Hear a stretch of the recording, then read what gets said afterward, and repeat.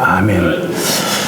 여러분들 혹시 여러분들 자신에 대해서 스스로 생각해 보실 때가 있으십니까? 나 자신에 대해서 스스로 생각할 때 나 자신에 대해서 어떤 생각이 드십니까? 저도 때때로 저 자신에 대해서 스스로를 생각해 볼 때가 있습니다. 저는 그때마다 많은 경우에 참 내가 못난 사람이다. 내가 싫다. 어떻게 내가 저렇게 살았는가? 어떻게 내가 저런 실수를 하고 살았는가? 어떻게 내가 하지 말아야 될 저런 말을 했는가? 그런 많은 후회와 그런 자책으로 괴로워할 때가 많이 있습니다. 정말로 저는 제 자신의 모습이 싫을 때가 많이 있습니다. 저 자신에 대해서 실망이 클 때가 많이 있습니다. 인생을 그렇게밖에 살 수가 없느냐. 더군다나 이제 제 나이가 80에 가까운데 또 제가 예수를 믿는 사람이고 목사인데 왜 아직까지도 이런 실수를 하면서 사는가? 왜 아직까지도 이런 이그러진 모습으로 인생을 살아가는가? 하는 생각을 하면서 스스로 많이 괴로워할 때가 있습니다. 여러분들 자신에 대해서 생각할 때 어떤 마음이 드시는지 모르겠습니다. 혹시 나는 인생을 참 잘 사는 사람이다. 나는 내가 예뻐 죽겠다. 나는 내가 마음에 든다. 혹시 여러분들이 그렇게 생각하시는 분이 계십니까? 그러면 여러분들은 인생을 잘 사는 분들이고, 저는 그런 분들이 있다면 참 부럽기 짝이 없을 것 같습니다.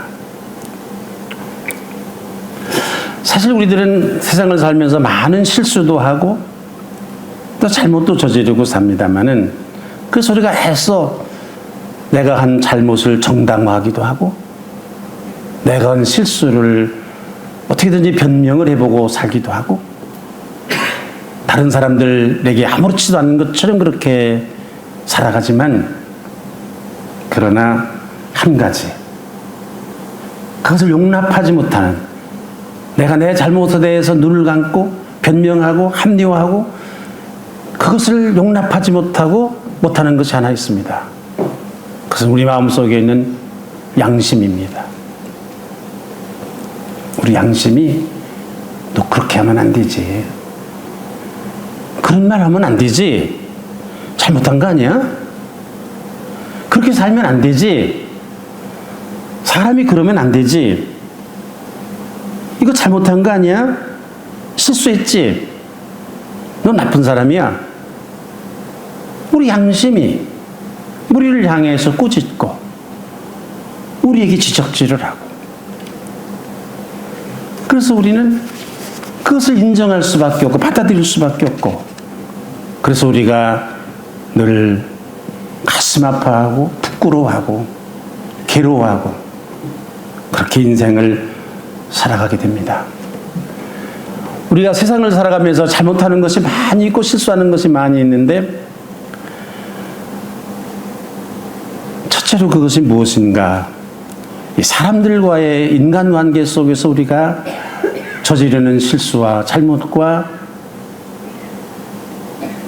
우리의 부족입니다.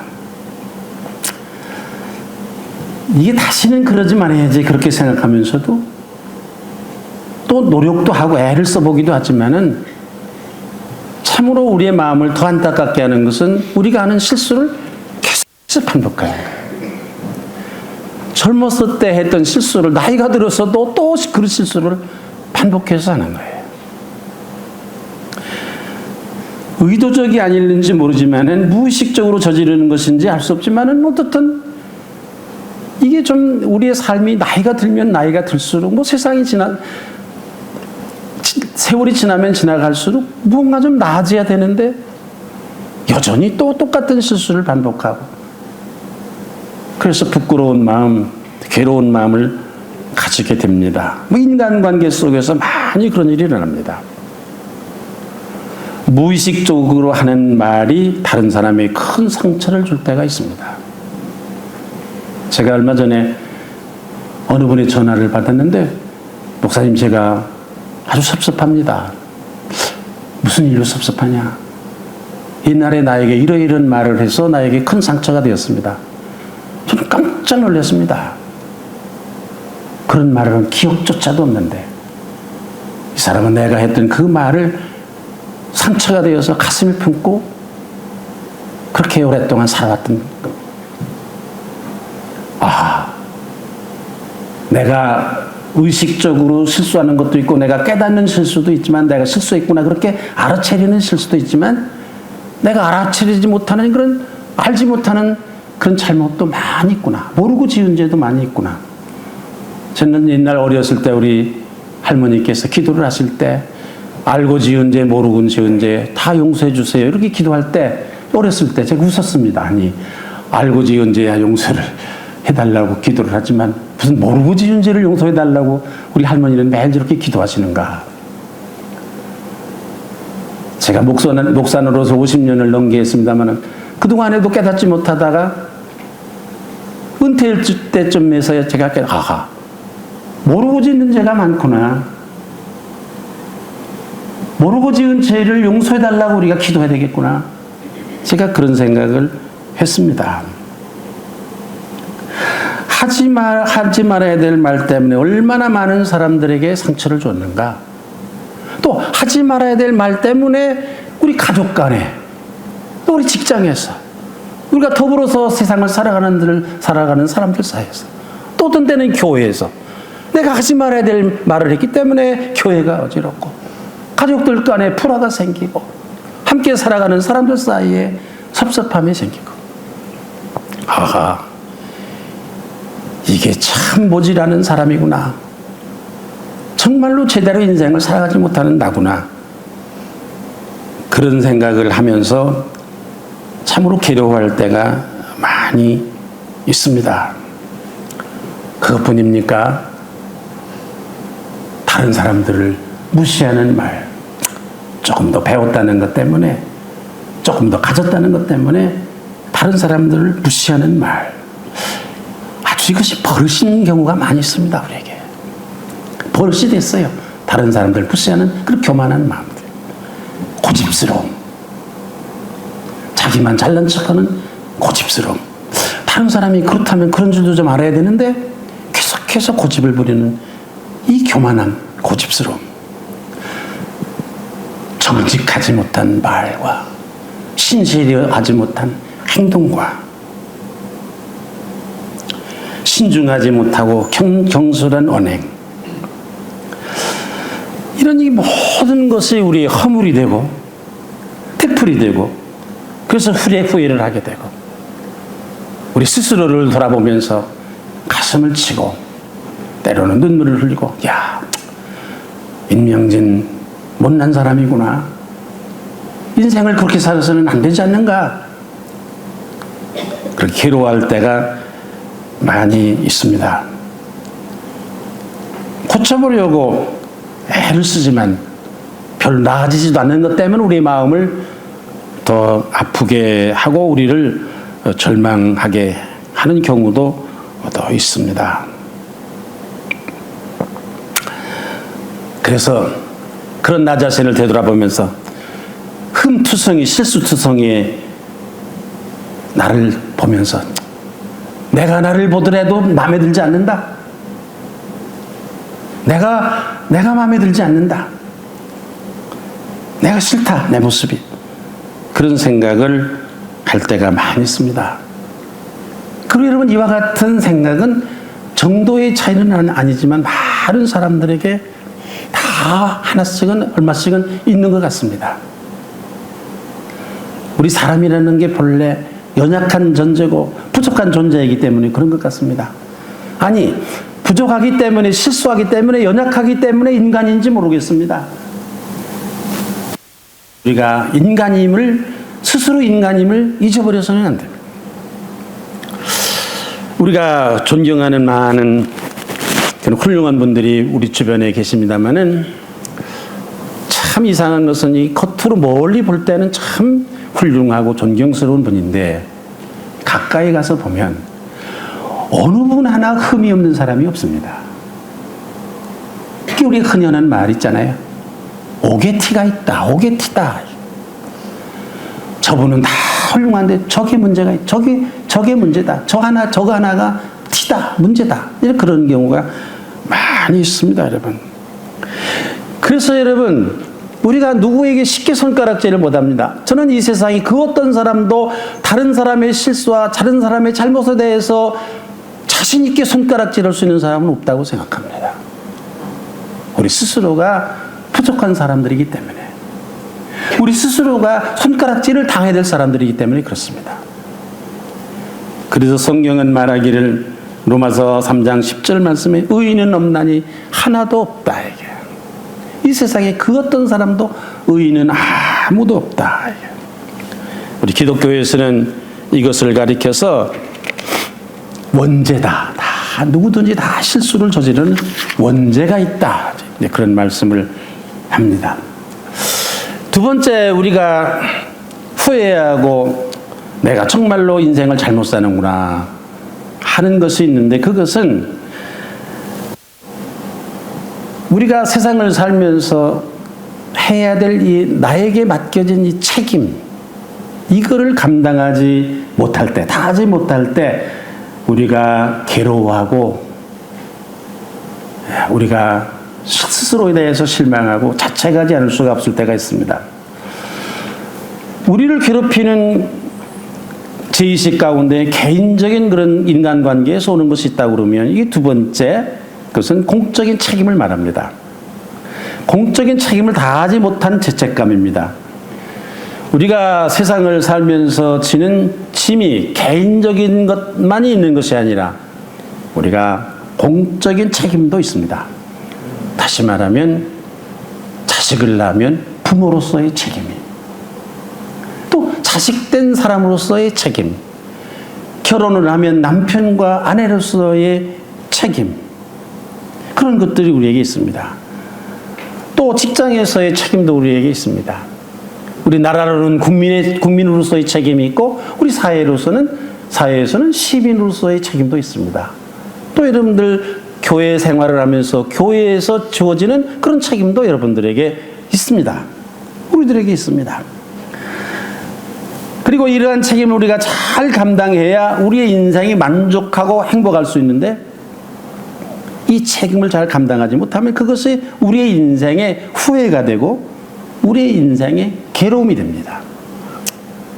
실제로 많은 부모님들의 얘기를 들어보면, 내가 자식을 낳아놓고 얘를 잘 길렀어야 될 뻔했는데 이 애비로서의 책임을 다하지 못했다. 이 늙음맞게 이 자식 때문에, 자식에 대한 부모의 도리를 제대로 하지 못했기 때문에 한탄하는 사람들이, 괴로워하는 분들이 많이 계십니다. 우리 부모님들. 또 마찬가지입니다. 자식들은 이 부모님을 다 잘 돌봐야 되었을 터인데 잘 돌보지 못한 것, 그것 때문에 괴로워하는 자식들도 많이 있습니다. 물론 남편으로서의, 아내로서의 그런 부분도 있습니다. 그래서 그 일로 말미암아 많은 후회를 하며 괴로워하고 속죄하려는 그런 한탄을 하면서 인생을 살아가는 사람들이 많이 있습니다. 그런데 문제는 여러분, 이 책임을 져야 될 시기가 지났다는 것을, 아무리 후회를 해봐도 시기가 지났어요. 내가 이 부모로서 자식에게 이런 일을 했어야 되는데, 이런 책임을 졌어야 되는데 시기가 지났습니다. 이제 해봐야 소용이 없습니다. 아이들은 다 자랐고 이제는 부모가 그 부모의 역할을 할래야 할 수가 없는 때가 왔어요. 자식으로서의 책임도 마찬가지입니다. 자식으로서 책임을 다해야 되겠다라고 이 철이 났는데, 책임을 좀 해봐야 되겠다라고 생각하는데 부모님은 이제 세상에 안 계시고 그 책임을 감당할 수가 없어요. 그래서 그 후회와 그 괴로움이, 그것이 늘 자신의 어깨에 무거운 짐으로 지어져서 괴로움 가운데 인생을 살아갈 수밖에 없는 것입니다, 여러분. 역시 이 책임이라는 것은 때가 중요합니다. 이 때를 놓치면 책임을 질래야 질 수 없고 두고 후회로 남는, 그런 경우를 우리가 보게 됩니다. 그 후회가 우리의 삶을 불행하게 합니다. 사실 우리가 노후에 편안하게 행복하게 살기 위해서는 우리가 젊었을 때 우리가 인생을 살아오면서 그때마다 해야 될 책임을 잘 넉넉하게 잘 만족하게 감당을 해야, 그래야 우리가 노후에 편안하게 후회 없이 만족하게 세상을 살 수가 있는데, 그렇지 못한 것이 우리들의 후회입니다. 해안입니다. 우리 아픔이고 우리의 괴로움입니다. 교회 직분도 저는 마찬가지라고 생각합니다. 저도 은퇴를 해보니까 무슨 생각이 드는가? 내가 시무를 할 때, 일을 할 때 일을 더 제대로 잘했어야 될 뻔했는데, 후회가 막급합니다마는 문제는 다시 되돌이킬 수 없는 거예요. 내가 언제 다시 담임 목사가 돼서 목회를 할 수가 있겠습니까? 때가 지났어요. 여러분, 사회적인 책임도 있습니다. 우리가 다 인생을 살아봐서 겪는 것입니다만은, 저와 같은 세대, 70세, 60세 이런 분들은 이 살아왔던 지난 날들의 우리나라의 형편이라는 것이, 많은 사람들이 이 군사 정권에 대항을 해서 민주주의를 위해서 많은 고생을 하고 애를 썼던 그런 세상을 우리는 살아왔습니다. 그 시대에 살았던 우리들은 민주주의를 위해서 싸워야 될, 노력해야 될 책임이 우리에게 있었습니다. 그런데 현실, 그것이 시성인들의 책임이었고 특별히 종교인들의 책임이었습니다. 그런데 그때 그 일을 피하고 그냥 아무 생각 없이 살아왔던 사람들, 지금에 와서 많이 후회를 하면서 부끄러워하는 사람들을 보게 됩니다. 제 친구들도 만나면 그때 열심으로 돈을 벌고 사회적으로 출세를 한 사람이 있는지 모르지만, 그 사람들도 하는 말을 들어보면, 임 목사, 그때 우리가 더 열심히 학생들이 감옥에 가고 매를 맞고 고생할 때 민주주의를 위해서 우리도 거들었어야 될 뻔했는데 우리 인생이 너무 비겁했다. 비겁하게 인생을 살았다. 그런 말을 하는 것을 들어봅니다. 얼마 전에 어느 유명한 목사님이 은퇴를 하셨습니다. 은퇴를 하시면서 자신의 평생의 삶을 되돌아보시는 말씀을 하시는 가운데 이런 말을 하세요. 여러분, 제가 목사로서 아주 지금도 부끄럽게 생각하는 것이 하나 있는데, 그 교회 목사님이 아주 큰 교회의 목사님이셨는데, 우리 교회에 있는 청년들이, 학생들이 그때 민주화 운동을 하면서 잡혀가고 고생을 하고 많이 그럴 때 내가 이들을 외면했다. 눈 감고 아무 일도, 나는 목사로서 아무 일도 하지 않았다. 교회에 해가 될까봐, 나에게 해가 올까봐. 지금 생각해보면 너무도 이게 하나님 앞에, 역사 앞에 부끄러운 일이다 이거야. 평생을 대한 이 부끄러움 때문에 내 이 마지막 인생이 편안할 것 같지 않다. 이걸 내가 평생을 속죄하면서 살겠다. 이런 말을 은퇴를 하시면서 하는 얘기를 제가 들어봤습니다. 많은 사람들이 그때 자신들이 해야 될 책임을 다 감당하지 못했기 때문에 가지는 아쉬움, 해한, 그리고 죄책감, 그것들 때문에 괴로워하는 것을 보게 됩니다.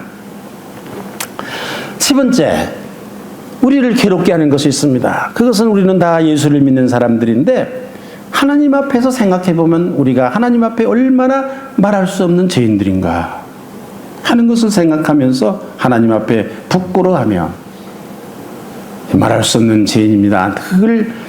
그런 해안을 가지고 하나님 앞에 좀 제대로 예수 믿는 사람으로 하나님의 자녀라고 하면서 제대로 인생을 한번 살아봤어야 될 텐데, 하나님의 말씀대로 한번 인생을 제대로 살아봤어야 될 뻔했는데, 그렇지 못하고 하나님의 말씀은 말씀, 인생은 인생, 세상은 세상, 되는 대로 인생을 살았던 그 자신의 모습을 보면서 하나님 앞에 부끄러워서 죄책감으로 괴로워하는 그런 많은 사람들이 있는 것을 봅니다.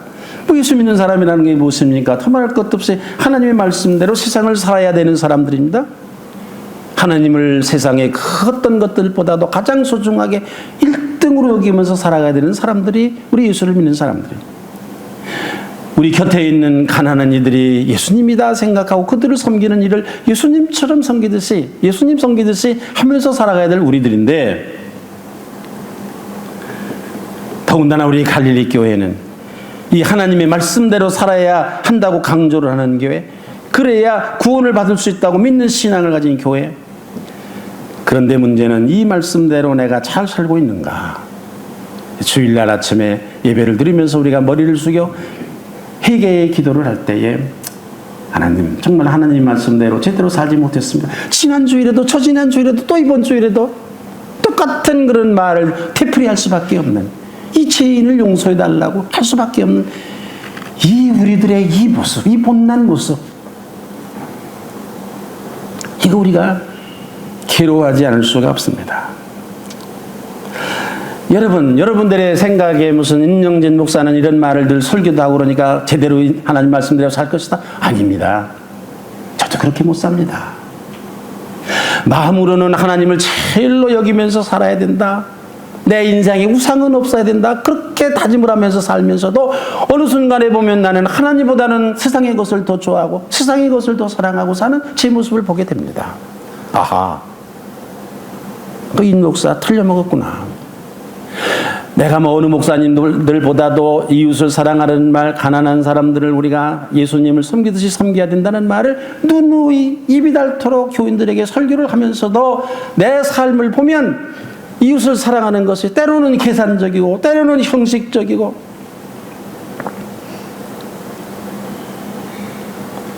이야, 이게 도대체 하나님 앞에서 부끄러워서 얼굴을 들 수가 없구나. 큰일 났구나.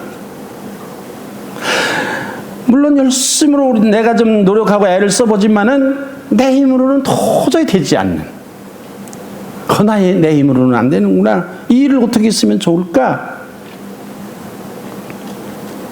그런 죄책감 속에서, 끝없는 죄책감 속에서 우리가 세상을 살아가고 있습니다. 성경에 바울이라는 사람이 있습니다. 우리가 잘 아는 사람입니다. 신앙적으로 대단한 사람입니다. 뭐 저 같은 사람은 이 바울의 신들매를 풀기도 감당하지 못할 그런 위대한 신앙인이 이 바울입니다. 예수님을 위해서 모든 것을 다 버리고 평생을 신앙으로 살아가던 바울입니다. 그런데 이 바울이 참담한 심경을 솔직히 기록한 말씀이 있는 것을 봅니다. 저는 이 말씀을 읽고 깜짝 놀랐어요. 바울도 이런 생각을 하는가? 오늘 본문 로마서 8장 19절 말씀에 내가 원하는 바 선을 행하지 않고 도리어 원하지 아니하는 바 악을 행하는도다. 바울이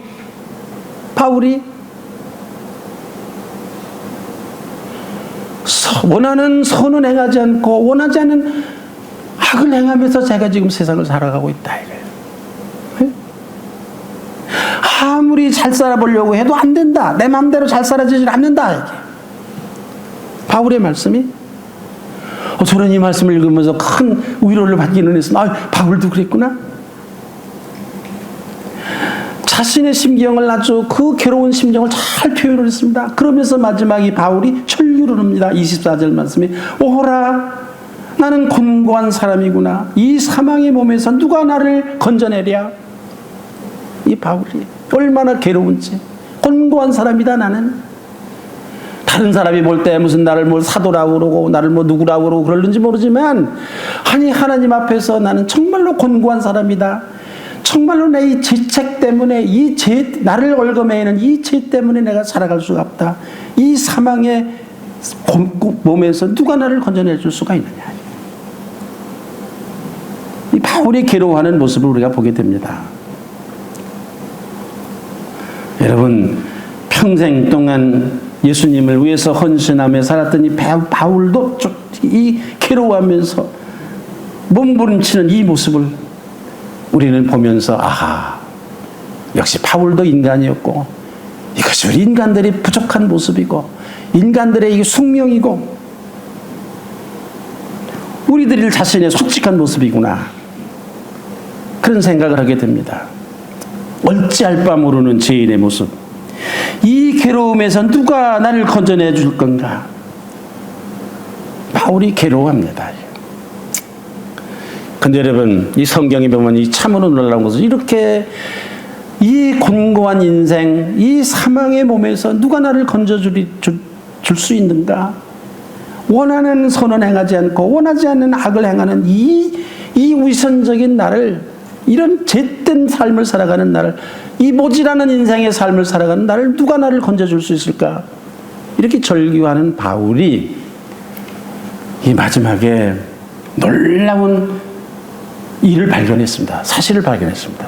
그것은 무엇인가? 오늘 본문 말씀 25절 말씀에 우리 주 예수 그리스도로 말미암아 하나님께 감사하며, 그런 말씀을 했습니다. 바울이 해답을 얻었습니다. 나를 이 사망의 이 몸에서 구해줄 수 있는 이 곤고한 내 인생의 삶에서 나를 구원해 줄 수 있는 분이 누구냐? 예수님이다. 예수님 한 분밖에 없다. 예수님만이 우리의 문제를 해결해 줄 수 있는 분이다. 내 곤고한 인생의 삶에 해답을 줄 수 있는 분이다. 바울이 이 놀라운 사실을 발견을 했습니다. 그리고서는 이 바울이 하는 말은 이와 같은 예수님을 우리에게 보내주신 하나님께 감사한다. 하나님께 우리 주 예수 그리스도로 말미암아, 우리 주 예수 그리스도가, 예수님께서 나를 구해주신 그 은혜로 말미암아 내가 그분을 우리에게 보내주신 하나님께 내가 감사할 수밖에 없다. 여러분, 그렇습니다. 예수님이 우리의 대답입니다. 우리가 괴로워하는 것, 우리가 힘들어하는 것, 내가 도대체 인생을, 나 같은 인생이 이게 도대체 어떻게 이런 인생을 살아가는가 스스로 자책하며 가슴을 치는 우리들에게 손을 내밀어서 구해주실 수 있는 분은 예수님 한 분밖에 없다 이거예요. 예수님만이 그렇게 해줄 수 있다. 예수님만이 우리를 구해주실 수 있는 분이다. 이 끝없는 절망 속에서, 이 끝없는 자책 속에서 우리를 손잡아 이끌어 주실 수 있는 분은 예수님 한 분밖에 없다 이게. 아니나 다를까 이 마태복음 9장 13절에 예수님의 말씀이 있습니다. 나는 의인을 부르러 온 것이 아니요 죄인을 부르러 왔다. 기쁜 소식이 아닐 수가 없습니다. 예수님께서 뭐 잘나고 똑똑하고 깨끗한 사람을 부르러 왔다 그러면 우리는 실망할 수밖에 없는, 나 같은 죄인은 예수님에게 근접도 못할 사람들인데 예수님께서 누구를 부르러 왔는가? 죄인을 부르러 오셨다 이거죠. 나를 부르러 왔다. 나 같은 죄인을 부르러 오셨다. 이 감사한 일이 아닐 수가 없습니다. 기쁜 소식이 아닐 수가 없습니다. 복음이 아닐 수가 없습니다. 이게 우리가 예수를 믿는 이유입니다. 그런데 여러분, 제가 한 말씀을 덧붙이려고 합니다. 여기에서 우리가 절대로 오해해서는 안 될 것이 있습니다. 사실 이것은 우리 한국교회 교인들의 잘못된 신앙입니다만은, 아 그래? 예수님이 우리 죄를 위해서 다 죽으셨어? 다 해결하셨어? 그럼 됐네. 이제는 그러면 내 마음대로 아무렇게나 살아도 되겠네? 마음 놓고 죄를 지어도 되겠네? 예수를 믿기만 하면 되니까? 잘못된 신앙입니다. 우리 한국교회 교인들이 다 이 잘못된, 많은 사람들이 이 잘못된 신앙을 가지고 있어요. 믿기만 하면 된다. 또 하나의 잘못된 생각이 있습니다. 예수 없이도 내 공로로, 내가 행함으로 구원받을 수 있다. 하나님을 사랑하고 이웃을 사랑하고 그걸 행하면 구원받을 수 있다. 그것도 잘못된 생각입니다. 큰 착각입니다. 잘못된 신앙입니다. 한편으로 나는 아무렇게 살아도 예수를 믿기만 하면 구원받는다. 그 신앙도 잘못된 신앙이고, 내 힘으로, 내 능력으로, 내가 행함으로 구원을 받는다. 그것도 잘못된 신앙입니다. 그럼 뭐냐? 첫째로는 우리가 하나님의 말씀대로 살려고 애를 쓰고 노력해야 됩니다. 인간관계에 있어서도 옛날처럼 그 버릇 그대로 되풀이하지 말고 좀 나아지고 조금 제대로 된 인생의 인간관계를 할 수 있도록 우리가 노력하고 애를 써야 됩니다. 우리가 세상을 살면서 우리가 맡아야 되는 여러 가지 책임도 잘 감당할 수 있도록 우리가 애를 써야 됩니다. 그래도 여러분, 그 어떤 사람도 완전하게 다 완벽하게 인생을 살 수는 없습니다. 완벽한 인간관계 못합니다. 완벽하게 만족스럽게 책임을 다 감당할 수가 없습니다. 더군다나 하나님 앞에서 무슨 하나님 만족할 만한 됐다 100점짜리 그런 인생 우리가 살아갈 수가 없습니다. 하나님의 말씀대로 살 수가 없습니다. 그러나 우리가 최선을 다해야 됩니다. 우리가 그래서 하나님 앞에 나와서 엎드려 기도할 때 하나님 제가 이러이런 잘못을 했습니다. 노력해도 안 됩니다. 그래 내가 안다. 네가 얼마나 하나님의 말씀대로 살려고 애를 쓰는지를 내가 안다. 연약한 인간이기 때문에 요만큼 부족하구나. 요거 내가 채워준다. 내가 책임진다. 이게 내가 책임진다. 요거. 이겁니다 여러분. 아무렇게나 되는 대로 살고 와서 하나님 죄를 용서해 주시옵소서. 그럼 야, 너 지금 그런 염치 없는 말을 하느냐? 노력하고 애를 써보고 그리고 나머지 부족한 부분을 나에게 부탁해야지. 이겁니다 여러분. 우리가 하나님 앞에 용서를 빌 때 예수님께서 하시는 말씀, 그래 너 열심히 살았다, 창하다. 그러나 너 연약한 인간이라 부족한 부분이 있었구나. 그건 염려 말아라. 내가 책임진다. 내가 그것 때문에 십자가를 졌다. 이겁니다. 예수님과 나와의 관계가 그래야 되는 거예요. 이 장례식 때 우리가 부르는 찬송이 있습니다. 493장 찬송. 하늘 가는 밝은 길이. 이 3절 가사가 참 의미 있는 귀한 말씀입니다. 나는 부족하여도 영접하실 터이니. 우리가 다 죽어서 하나님의 심판대 앞에 섭니다. 어떤 사람이 하나님의 말씀대로 완전하게 살아서 야, 너 100점짜리 인생을 살았다. 너 하나님의 나라 천국에 들어가라. 구원을 받아라. 그런 자신 있는 사람이 누가 있습니까? 아무도 그런 사람 없습니다. 부족한 모습으로 우리가 예수님 앞에 설 수밖에 없습니다. 그러나 예수님께서 하시는 말씀, 그래 너 좀 부족하지만은 그러나 네가 세상을 살면서 최선을 다해서 노력하고 애를 쓰면서 산 거 내가 안다. 그 부족한 거 걱정하지 말라. 내가 그 부족을 채워주겠다. 그래서 우리에게 구원을 허락하시고 하나님 나라를 우리에게 허락하시고, 이것이 우리가 믿는 신앙입니다 여러분.